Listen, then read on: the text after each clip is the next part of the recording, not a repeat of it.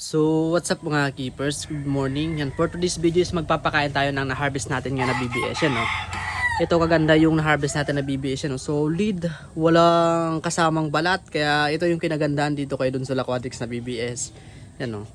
Kita nyo naman sa taas niya. Walang balat na sumama. Kaya ngayon is magpapakain tayo ng mga fry natin. Kasi hindi pa tayo nagpapakain ng mga fry natin ng BBS. Kaya ipakain natin to ngayon. Yan, tara, samahan niya ako magpakain ng BBS. Yan, let's go. So tara, yan, lipat natin yung BBS na hatch. Yan, oh. Kita nyo naman kung gaano kalinis. Walang sama yung pinalatan. Ito yung gamit natin, oh. Nakapaa tayo. Wala kasi taga video eh. Kaya gumagalaw-galaw yung natin. Yan, dahan-dahan lang natin. Yan, goods na yan.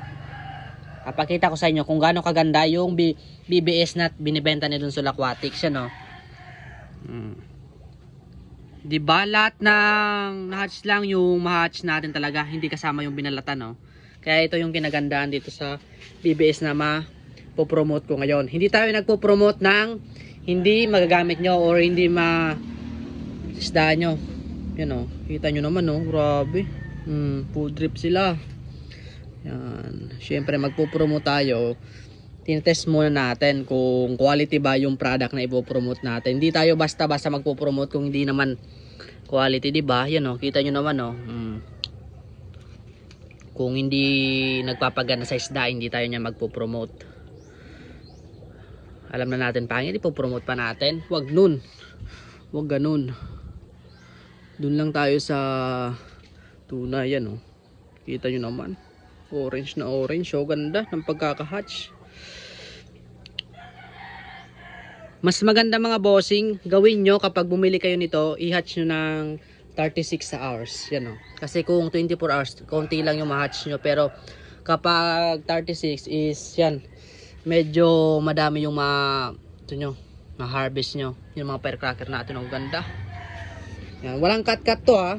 Talagang, ito natin to, yan, o. Hindi na tayo magka-cut-cut. Para kita nyo talaga kung gaano ka-quality yung pinopromote natin na product. Diba? Pakain tayo ng BBS. Then kapag bumili kayo nito, kahit hindi nyo na-i-rep mga bossing, lagay nyo lang sa hindi naiinitan para match pa din. Pag nilagay nyo kasi yan sa naiinitan, pwedeng hindi na yan mag-hatch or masira. Mapanis ba?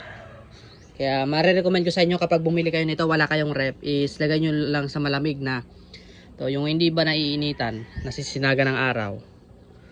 Yan, o. Grabe, solid. BBS muna kayo. Ito BBS. Ito sold out na tong full gold natin na galwing. Ship natin yung Kamsur. Yung nag-walk-in sa atin, nag-order ulit yun, ang akre natin, o. Mga fry natin dito, yan, oh, mga fry. Yan, di ba? Solid. Uulitin ko mga bossing, yung mga gusto diyan umorder ng BBS na gamit natin is lalay ko na lang diyan yung kanyang FB sa comment section or itatag ko na lang siya para mabilis nyo na lang makita si sir.